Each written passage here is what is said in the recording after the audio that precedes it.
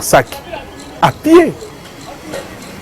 Les équipes pour la prise en charge, à déplacement, à battre tout ça. Ils étaient débordés. Les gens ont fait le pied.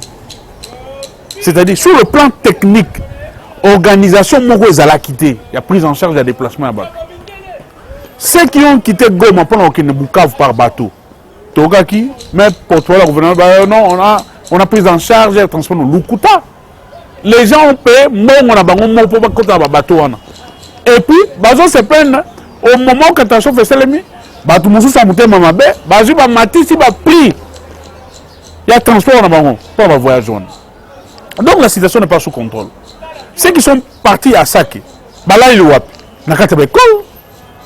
Nakata banda ku ya bateau à bonne foi. Doudou Moutir, Moutoumalamu, Amoni Bandeko et tout ça, Monda Gozamune, Obeng Bandeko, Boye, Bolé, Bolali. En ce moment-là, l'équipe du gouvernement est où? Et le gouvernement national et le gouvernement provincial. La situation n'est pas sous contrôle. L'équipe gouvernementale est qu'il y a 6 ministres. Et il y a un tremblement de terre.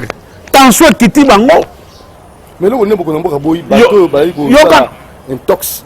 Et ça, intox, nous disons des choses vraies. Volonté. Problème, il y a eu des pèses. Non. Problème, il y a eu des pèses. Chef d'État, les deux années. Bango va rejeter Kakaka. Responsabilité pas tout sous. Mais Bango, tout le monde dans le sol, il y a des pèses. Jusque là, Jérémy Béni, Bango va salir. Non, non, c'était Kabila. Oh, Lélo, c'est Moïse. L'autre, Rosala Bemba. Bango va rejeter la responsabilité pas tout sous. Responsabilité, Bango va engager. C'est faux. Troisièmement, nous sommes arrivés dans la situation à Ponani. Parce que le pays est très mal géré. Office. Le pays est très mal géré. Très mal géré. On a 18 ans, le pays est très mal géré aujourd'hui. Population congolaise, Lilo. Il y a vu conscience, il y a 18 ans. Il y a Kabila Géraki. Il y a 2 ans où Félix Antoine Tshilombo a géré. C'est différent. Donc vous préférez les 2 ans, les 18 ans. Mais oui. Non, on peut faire un exemple. À la présidence de la République, chaque mois, il y a dépassement budgétaire. Chaque mois.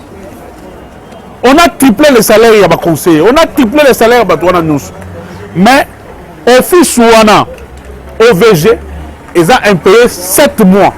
Pas de frais de fonctionnement, pas de connexion Internet. Office Ouana, par rapport à l'éruption volcanique au Sénégal. On a un mouvement, un volcan, on a une situation et tout ça. Ils sont en 7 mois impayés. Mais le chef de l'État a dit non, il ne faut pas polémiquer sur ça. Oh, monsieur le chef de l'État, n'est pas polémiquer parce que office, il fallait jouer mon sol. Les gens qui m'ont été polémiqués.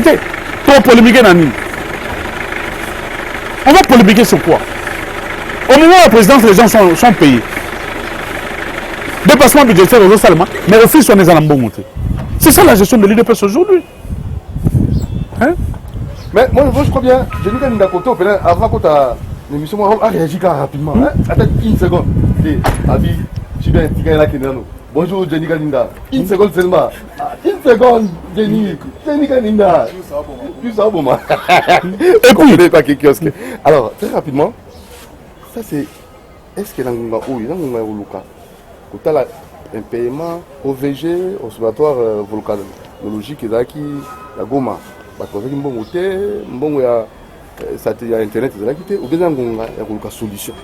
Mais l'une des solutions, les amis, Internet, technologie, ils allaient maïsalement pour nous faire ça, pour aider moto ici, ils allaient limiter pour nous avancer. Office de salarié on a un mouvement volcan. Pour que ça, n'a pas expert information en temps réel. Il y a des choses de Doumutiri. Ce que office on est avec la connexion, avec Internet, il y a des choses qu'on aurait pu éviter. C'est des déplacements en catastrophe. Au moment mama, na mouana, mususu na kingo, na kifundi loko na mukongo. Tellement que des ordres de l'équipe a joué et lamba, liputa, a gagné dans le beau, a gagné moi nana. Mais la catastrophe naturelle. On ne refuse pas. C'est inévitable. N'a pas que ce qui l'office avait fonctionné, dans tel jour, na absatambo éruption comme ça, parce qu'ils sont des experts qui sont censés qu'on lande l'évolution. Ça n'a pas été fait. Troisièmement, la communication est par terre. La communication institutionnelle est par terre. Comment ça? Ah oui. Regarde, on nous donne des informations, on tâtonne. Oh non, Nyamuragila et Saliboy. Ici, on fait des contradictions et tout ça. Tout ça, ça prouve de l'amateurisme, des tâtonnements. 7 ministres qui sont partis là-bas, quelle est la solution qu'ils ont donnée là-bas? Exact. Ce n'était pas orienté la population. C'était un voyage. C'était un voyage touristique. Orienté pas au courant de ça. Non, ils ont orienté qui? Population. Nanine. Population qui m'a monté à Rwanda. Le gouvernement est resté muet. La même population est rentrée na Goma après quelques jours. Non. Donc, vous ne croyez rien. Vous croyez rien. Jusque là. Vous ne voyez rien. Jusque là. Et là, mauvaise foi ou comment? Jusque là. Jusque là. Félix Antoine Tshisekedi de Tshilombo, dans le gouvernement, c'est un lourd monde. Mais là, il va dans 35 jours. Mais 36e jour en gros. Problème était, jusque-là, je n'ai rien vu. Le jour que je verrai quelque chose de bon, bien structuré, bien planifié, je te dis, mon Thierry, chef de l'État, ça est là comme un lame. Mais Joseph Kabila, même pas coopérative coloniale, c'est Yemoko. Atakoloba. Mais Joseph Kabila, le problème est à Batoundé, il ne sait pas situer Kabila. Kabila est autorité morale du FCC. Il est ancien chef de l'État. Il est président national de la PPRD. Son parti a adressé un message en son nom. À son nom. Pauline Kabila a obéi à la polémique. Maman Olive Goudfa Lobi a présenté ma condoléance polémique et bandi. Maintenant, comme on va faire des kuna, tout le monde va trouver que tu vas faire des bilok. Mais tant que maman Olive va retirer la cargaison à bilok et kuna, et comment en récupération politique? Est-ce que tu as vu des gens qui ont retiré la bilok kuna? Est-ce que mon bat? Même dans Kassai, maman lui va dire quelque chose. La famine qui est en train de frapper nos frères du Kassai, et ça plus que éruption volcanique à Goma. À l'époque, quand Bagina a fait, mais aux affaires, on a fait quoi? Ceux qui ont géré là-bas ont mal géré. La responsabilité d'abord personnelle avant de la collective. On a eu des gouverneurs, même les lots, Younes Maoué, n'ont rien fait. Les Kassais souffrent beaucoup. Les gouverneurs qui ont géré là-bas n'ont pas idée. C'est-à-dire que nous avons des provinces à vocation d'abord agricole. Maintenant, qui m'a cassé pour Nzala. Na Kassai, on a la possibilité de rouler dans ma sango pour Boukiangou. Mais ma sango, ezate foufou, ezate biloko rouler, ezate. Bazo tout mamba na Katanga na Lubumbashi. Pour Bagelia. Nzala, Wenze Koutou boye, Wenze Bateka, et l'autre côté ezate na Wenze. C'est très grave. Pourquoi? Ceux qui gèrent n'ont pas prévu le lendemain. N'ont pas prévu. Bon, tout ni fait sa proposition, il est makambo économique, comment est-ce qu'on peut résoudre des problèmes au niveau? Il y a l'éruption volcanique, la population basali vraiment dans la carte localisée au Fanda. En tant que Tchibin, vous voulez proposer la proposition résoudre ça de quelle façon? Proposition aussi proposer non, par moment. Proposition, oui. Nous sommes dans l'opposition. Nous faisons une opposition différente comme l'UDPS. L'UDPS était 36 ans en opposition quand on a critiqué Kofing. Nous critiquons et nous donnons des propositions. Nous disons ceci. Oui. L'OVG qui a été mis sur pied sur base de l'effort du gouvernement passé, il y a Kabila, n'a pas expert Moussous, n'a pas fonds Moussous, il y a communauté internationale, l'institution internationale, est un outil très important pour suivre ma union et tellement de volcan. On doit doter cette structure de moyens et puis on doit renforcer son capacité en termes de prévention, il y a maïwan étali, tremblement de terre et tout ça, pour prévenir la population. Maintenant, la population, elle s'est dispersée comme ça. Sake, Kibumba, maintenant que nous apprenons que la réouverture, il y a l'aéroport, il y a Kavoum, Nabukavu et Salemi. Maintenant, nous apprenons qu'il n'y a plus de danger. Les vols peuvent atterrir dans l'aéroport, il y a Goma. Il faut maintenant organiser et coordonner une équipe à aide humanitaire. C'est-à-dire, il faut appeler ça maï, biloko kolia, sucré et bakisi. Parce que on a une zone non habitable, dans des conditions. Et ce que nous avons dans la période de la Covid, dans la maladie de Bélé. Il faut maintenant coordonner. Que les ministres sectoriels, les ministres qui sont impliqués dans la situation, ça la feuille de route moko. Identifier les bateaux qui sont en situation difficile, ça c'est la première chose. Parce que vous ne pouvez pas mener une action tant que vous n'avez pas identifié le nombre de bateaux. Sinon, l'action est à la côté. Deuxièmement, après avoir identifié, après avoir identifié les familles ou les personnes, vous identifiez les besoins les plus imminents de la population. Après avoir identifié les besoins, vous trouverez maintenant des solutions. Solutions avec le gouvernement a bon monté. Réserve des chances à 2 milliards et quelques 2 milliards et 500 000 $. Et comment on a 200 millions, 400 millions. Il faut trouver la bonne volonté il faut des partenaires multinationaux qui peuvent nous venir en aide pour coordonner une action salvatrice pour nous. Je pose la question, il y a coordination. Si on pose des actes de manière aléatoire et non coordonnée, au moins les vraies personnes qui doivent bénéficier de la don, et nous connaissons comment les choses se passent là-bas.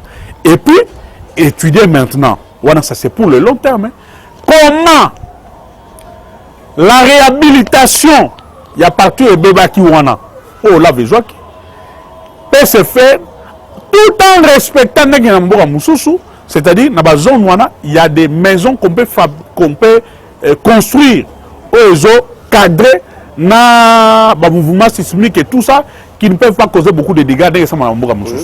Donc, ce sont les actions prioritaires au Fobasala. Mais ce qui est commis, Makambo, toujours dans les lots, tâtonnement de gauche et à droite, les informations, contre-informations et tout ça, ça ne servira à rien parce que la population est au Koufa. Et surtout quand on est au pouvoir pour trouver des solutions à la population, on n'est pas au pouvoir pour se plaindre. On n'est pas au pouvoir pour le babo sali ça va messe ça non. Vous devez d'abord trouver des solutions à la population et leur se viendra après. Alors, dans tout ce que vous venez de dire là, en quoi vos propositions sont-elles différentes dans point de presse sur le thème madame? À part perspective d'avenir au Bakissi, mais le reste c'est là. Le président n'avait pas évoqué ça? Mais là où je ne suis pas d'accord avec le chef de l'État, je t'ai dit. Le chef de l'État a eu surtout pour limiter dans OVG. C'est faux. C'est un outil important. Le chef de l'État a dit de créer une structure moussous. Non! C'est du gaspillage, monsieur le chef de l'État. Et c'est la même situation. Le chef de l'État, c'est même la présidence de la République. Le chef de l'État a coûté un service moussous attaché dans le ministère, dans la structure moussous étatique. Le chef de l'État a créé d'autres structures qui ont les mêmes qualités et compétences à la présidence de la République. Alors, on va créer une structure moussous OVG. Bit dans le Zalanim. Voilà, pour ça on appelle Vital Kamere, un mot. D'abord, organisation en marche, avant pour ça on appelle. Non, nous dénonçons. Je suis très déçu. L'UDPS au pouvoir n'arrive pas à mettre en pratique tout ce qu'ils nous ont vendu comme du vent tant qu'on a une opposition. Vous ne croyez à rien? Quand l'UDPS était à l'opposition, ceux qui marchent, c'est ça, ils vont mettre gaz, Kabila, il va policier, il va gaz. Marche Mouga Samanga, il peut va violer l'état d'urgence, parce que va son neuf, la police va koufa. Tout n'a pas les lots, les lots. Marche Wana va koufa. Responsabilité Zayanen. Kabila Moutaboma Bango? Non, c'est une honte. INC a organisé une marche pacifique. Bloquer siège à partir. Gazer Batunakata siège. Namoni maman Mourazaki na Mouana. Namoni maman Mida na Bana et tout ça. Siège à partir, bloqué, gazer bango na kati. Il y a des dégâts énormes. Pour quel but? C'est une marche pacifique. Bonjour Bangani. État de droit des Arabes, liberté d'expression des Arabes. Deuxièmement, dans le premier degré, pour ces caméras télévisées. Pourquoi les autres dans le second degré, pour ces caméras télévisées? Nous avons besoin de la population et de la vérité. Vous le croyez?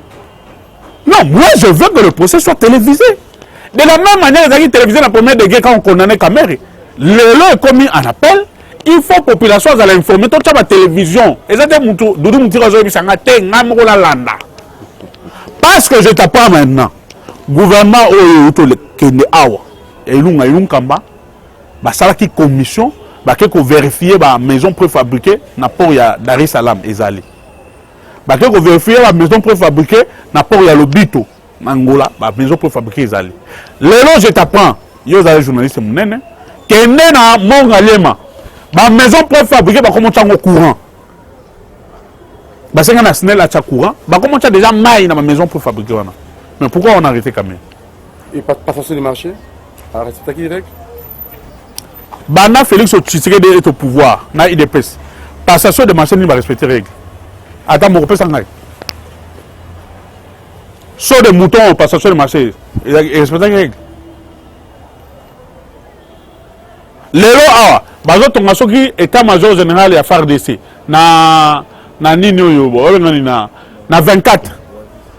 Non là il y a cité Oasis. Babani construction ya ndakwana. To monde ba tche comment société moko. Kende ko za image ko mona. Ba tche comment société moko 2 semaines après. To bani ko luka comment société wana. To yeba passation marché ndenge salamaki. Ba yera mo kubu ya mwindo peinture noir ba effacer comment société wana. Kende na ba tolo tilelo ko mona. Ba effacer comment société wana soki arabe construction soki nini wana ba effacer yango. Donc le matière la passation de marché c'est à boire et à manger. Donc vous croyez la marche au Basalaki marche des soutiens à l'innocence des Vital. Pour vous, Vital Kamerhe est innocent? Non. Si on analyse froidement les choses, nous pouvons conclure aujourd'hui que Kamerhe est innocent. Comment? Mais les faits pour lesquels il a été condamné, pourquoi vous les condamnez? Voilà, tout ce que justice sans Moussala. Tout rapidement, la candidature à RDC, dans le Conseil de sécurité des Nations Unies, comment vous trouvez? Est-ce que tu bien?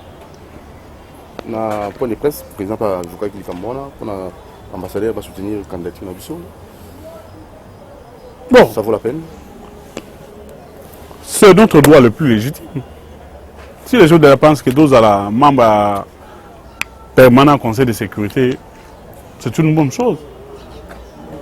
Mais maintenant, il faut nous dire qu'au postulé, aux la membre du Conseil de sécurité permanent et tout ça, les Congos gagnent quoi? Voilà les vraies questions. Qu'est-ce que nous gagnons? Deuxièmement, qu'est-ce que le Congo va porter comme voix en tant que membre permanent du Conseil de sécurité sur les questions africaines, par exemple? Lelo, Mali, il y a instabilité. Président de l'Union africaine. A Kenaki ko soutenir moi na Déby, na Tchad, Déby a koufi bazu moi na baché. Mais na Mali, aucun mot. Toyoki ko Macron a condamné non, 2 poids 2 mesures. Na Tchad bo soutenir moi na Déby, oh baba français babomaki parce que comment telemela bango, bazu moi na baché, bo soutenir c'est de l'état ko Kendaki, Macron Kendaki. Na Mali awa bo comment condamner. Pourquoi? Qu'est-ce que nous allons apporter sur le plan africain comme données à la Conseil de sécurité? La voix de l'Afrique sera portée là-bas sur la question d'abord immigration, question de chômage, question d'insécurité dans la zone ébélée, dans les pays africains. C'est sur ces questions-là, le chef d'État fait oui. En cherchant que le Congo postule et tout ça, je demande votre soutien. Mais voilà les choses sur tel plan, sur tel plan, sur tel plan. Le Congo a gagné. Ce qui est au deuxièmement, voilà en tant que président de l'Union africaine, en tant que président du Congo, ce qui est au Keikuna, qui est au Longi, va voter. Voilà. Vous savez, un point de presse. Même point de presse, il a des canons, non? Mais est-ce que vous avez est-ce que vous avez bien? Alors, vous avez la proposition, peut-être les campagnes de... Non, non, bien, yo bien. Magamou na toba, yo bien. Yo ça coûte mon passage, yo bien. C'est-à-dire, Doudou Boutiri, différence à gestion, il y a IDPS na biso yangwana. IDPS vient dire des choses dans la télévision, après bazong va réfléchir. C'est sûr. Mais je te dis. Bon, aujourd'hui, dans la télévision, trop ça, après, pour nous réfléchir. Non, on réfléchit d'abord en amont. Il y aura même des bureaux d'études, il y aura même... Oh, ils sont où? Quel bureau d'études? Vous croyez... bureau d'études, les gens t'attendent. Bureau d'études, t'as là. Ceux qui les gens sont coachés par des bureaux d'études, on vous a bien préparé. Les gens ne t'attendent pas. Il y a beaucoup de tâtonnements. Projet 100 jours, Israël.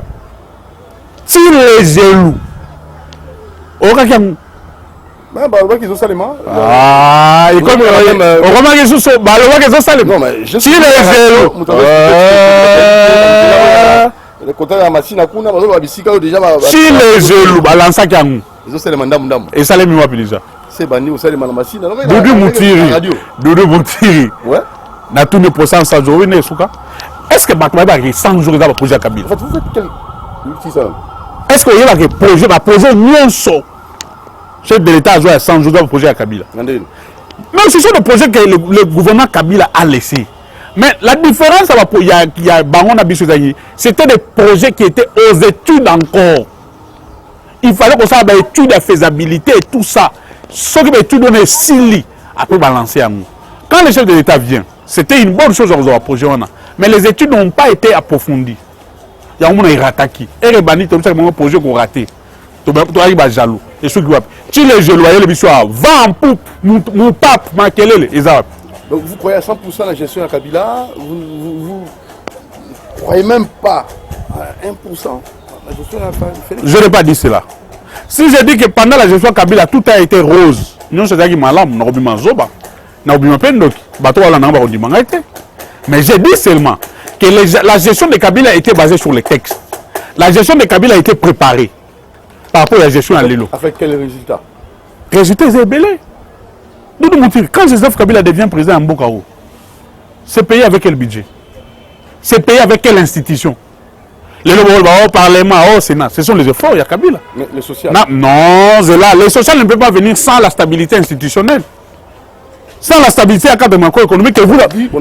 S'il vous plaît. Du temps. S'il vous plaît. Kabila a jeté les jalons de développement à Mbokao. C'est-à-dire en dotant une république, les institutions. Parce qu'un État, pour avoir un État, il faut dans la superficie, il faut dans la population, il faut dans l'institution, il faut dans le gouvernement. Kabila a donné la forme étatique à Mbokao. Nous avons une constitution, nous avons des institutions, il y a développement, nous avons les institutions d'appui à la démocratie, nous avons le gouvernement. C'est grâce à Kabila. Il a donné à ces pays un budget. On n'avait pas un budget. On nous parlait de 100 millions, 50 millions de dollars. Quand Kabila est devenu président Mbokao. Et chose grave, Kabila a trouvé 4 rébellions. Bemba, Kuna, Boussa Nyamouis, Roubera, Kuna et tout ça. Il est non, il est congolais. Boyato Sangana, Togo Manate.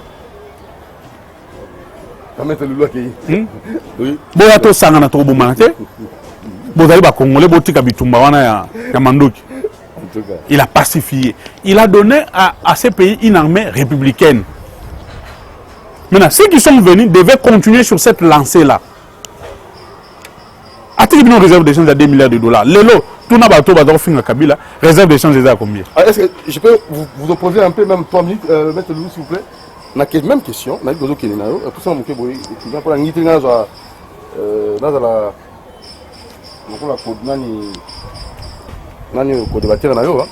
En fait, bonjour. Bonjour. La gestion de Kabila. Il y a 2 ans, Fatih. Vous savez, ce qui est important, les gens tous les baguets. Je suis à Kabila, ils ont malabouté. Tout le monde a l'unité parce que moi, d'abord, on a vu se présenter, tant qu'on a Kalanazaki, président de la Ligue de jeunes, il y a PRP parti à Papa Naï. Et nous disions, tous les parmi bateaux, tous les Kosanamate, tous les Bagali Kamou, tous les Mona. Même si là, ils ont parce que nous avons prévu pour dire que nous devons être Simayami Beko. Il faut que la Simaba statut au Sala et puis tous la Lissanga de manière à ce que tu vas défendre la valeur au Papa Tikaki. Mais malheureusement, nous n'avons pas fait ça. Il y a un moment où les lots on dirait dans ça. Donc c'est un regret. Et dans le bien en tant qu'ancien muséiste, je suis malabouté. Je suis malabouté en parce que nous avons eu la chance d'avoir la majorité côté Nyos. Nous avons la majorité dans le Parlement, nous avons la majorité dans le pouvoir judiciaire. C'est nous qui avons été majoritaires. Et nous avons la majorité dans le gouvernement. Donc on pouvait faire tout. Mais toujours une chance. C'est ainsi que nous avons une alliance contre Nature. Nous avons encore ça. Parce que parce que nous avons eu ce temps pendant les 18 ans. Il y a ça là. Sous l'impulsion. Et cette impulsion, ce qui trouve là qui entre moutons avec cette impulsion initiateur. Nabiso to zagi nase et que trouve là qui à qui la faute. Là il fallait combler trop. Il y a un moment les lots to na ba situation toujours vivre. Malheureusement, Moutou a koya tika la koya, il faut atteler. Maintenant, je demande à ce que bateau va koya qui bat les comme ça, tous en a auto bengi la bipolarisation espace politique. Que nous ayons l'union sacrée constituée et le capé document. Et puis nous appelons quand auto benga lelo quand opposition à Sika. Voilà. Voilà, la congolité, rapidement, pour notre milité, qu'en pensez-vous? Noël Tchani, Moïse Katumbi aussi a réagi. Albi, il faut tout le monde a proposé, on a Ayoka, hymne national, debout congolais, Ayoka Ngou. On a répliqué à Moïse Katumbi. Koyoka Ngou, il y a un problème. Noël Tchani, à un certain niveau, il faut réfléchir comme tout homme. On a une opinion à émettre. Encore qu'il y a législateur, aza député, aza sénateur, aza aux affaires. Aza muto ko pesa idée na ya pesa ki yango. Mais pour moi je dis que Noël Tchani a ko bebisa na suka. Tant ko pesa idée un scientifique, otiki yango comme ça dans un débat bato mususu. C'est comme s'il ne voulait pas que les gens débattent sur ça. Or tant yo lobby likamuna yo tiki bato va débattre na yo. Et otiki pe ototika rapé cours normal et tambola normalement. Noël Tchani va répliquer pour dire que on a moni mutu ya muyambo ezani ti ya congolais ti à place à bebisa yango. Et en plus dire que azana soutien à chef de l'État. Encore ça, je dis que le chef d'État n'est pas un acteur politique. Il est une institution. Même si on veut soutenir yo na gata avancer na yo, il faut tikala toujours nango ça dans du trafic d'influence.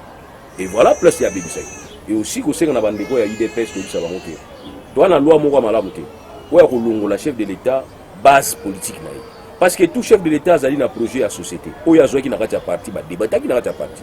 Tu peux exemple l'Afrique du Sud. L'Afrique du Sud pour être président, le candidat président, il faut avoir un président élu, n'a pas de parti, et il faut le démérer. Tous ces exemples en Angola. Il faut être président, il y a un parti et le démérer pour être président. Mais chez nous, article 96 c'est le dit, au Rwanda, il y a un rôle de parti politique. Or, parti politique, il y a un émission, un projet de la société. Alors, les loyaux, côté la IDPS, il y a la silencieuse.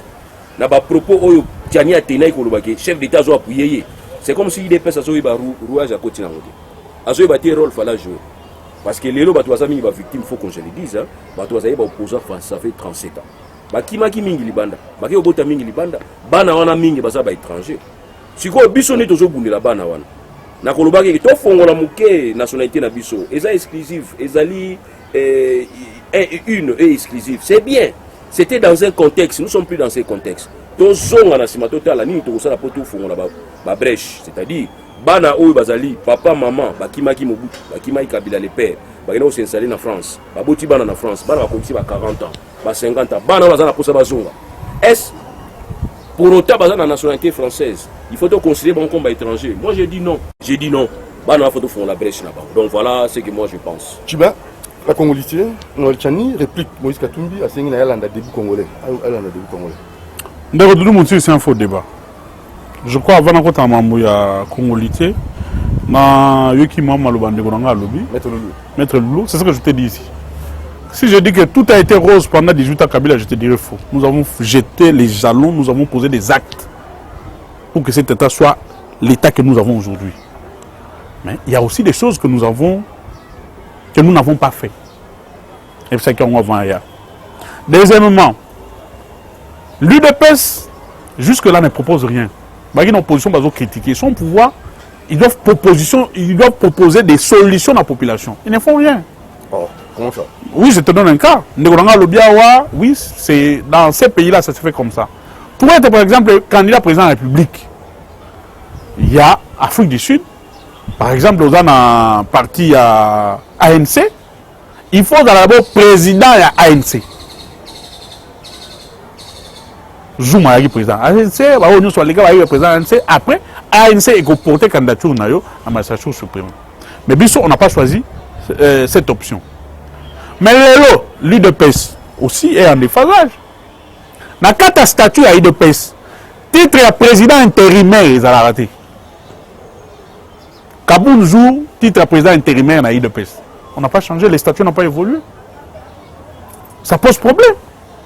On sous-entend que le chef de l'État jusqu'à aujourd'hui est le président national à l'IDPS. Parce que Kaboun n'a pas qualité. Le président a une carte à statut IDPS de la raté. Ça n'a pas été prévu. Donc comme ça n'a pas été prévu sur le plan du droit, ça n'existait pas. Donc c'est le président jusqu'à présent, Moutazali, président national à l'IDPS. Ça c'est un fait. Il y a Congolité, Tchani, c'est un sous-traitant, il y a UDPS. Chani son souci bana kala ils allaient comme gouverneur ya banque centrale.